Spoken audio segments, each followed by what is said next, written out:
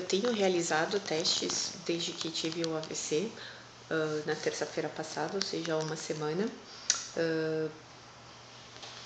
Primeiramente na UTI, escrevendo, revendo os erros, vendo o que eu havia escrito de errado, pulado letra, gramaticalmente ou ortograficamente errado. Então fiz isso durante os 4 dias que tive na UTI, escrevendo a caneta à mão. Porém, não havia muita chance de conversar com as pessoas e perceber como eu estava falando. Eu percebia que ainda gaguejava no início um pouco, e ainda faço isso às vezes quando eu talvez fique um pouquinho mais agitada, um pouco mais nervosa. Mas no decorrer dos dias fui analisando e fui vendo que aos poucos eu consigo ter controle disso. Esse gaguejar é às vezes trocar uma palavra por outra bem sutilmente. Houve momentos em que eu tive uma falta de vocabulário específico para algumas palavras, ou seja, eu quero dizer eu penso uma coisa, quero dizer outra e acaba saindo outra, como foi o caso, por exemplo, de eu ter visto as chuteiras dos jogadores coloridas, me referia a elas como sapatilhas e no final saiu botas, ou como eu estava vendo o sermão do padre e acabei dizendo o discurso do padre. Então,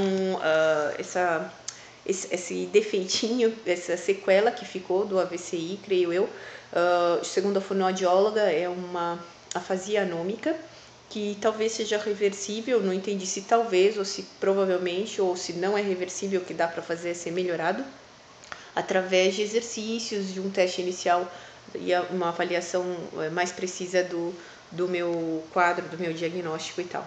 Eu acredito que isso seja para mim extremamente importante, por isso que digo, fiquei 99% curada do AVC, graças a Deus foi reversível, porém esses 99,9% então se devem a esse 0,01% dessa sequelinha que para quem trabalha, para quem escolheu o jornalismo e a comunicação como profissão, ou seja, tem a linguagem, tanto a fala quanto a escrita, o melhor instrumento de se lidar com a vida. Então, na verdade, o uso da linguagem para mim é como eu me dou bem na vida. Eu uso a linguagem para conseguir as coisas que quero, ou que almejo, ou que preciso, seja lá o que for. Então, seja escrevendo, escrevo quando necessário, seja falando e escolhendo muito bem as palavras que quero usar, socialmente, profissionalmente ou até entre amigos, né, de maneira informal. Então estou sempre escolhendo o que eu quero dizer ali com aquela palavra.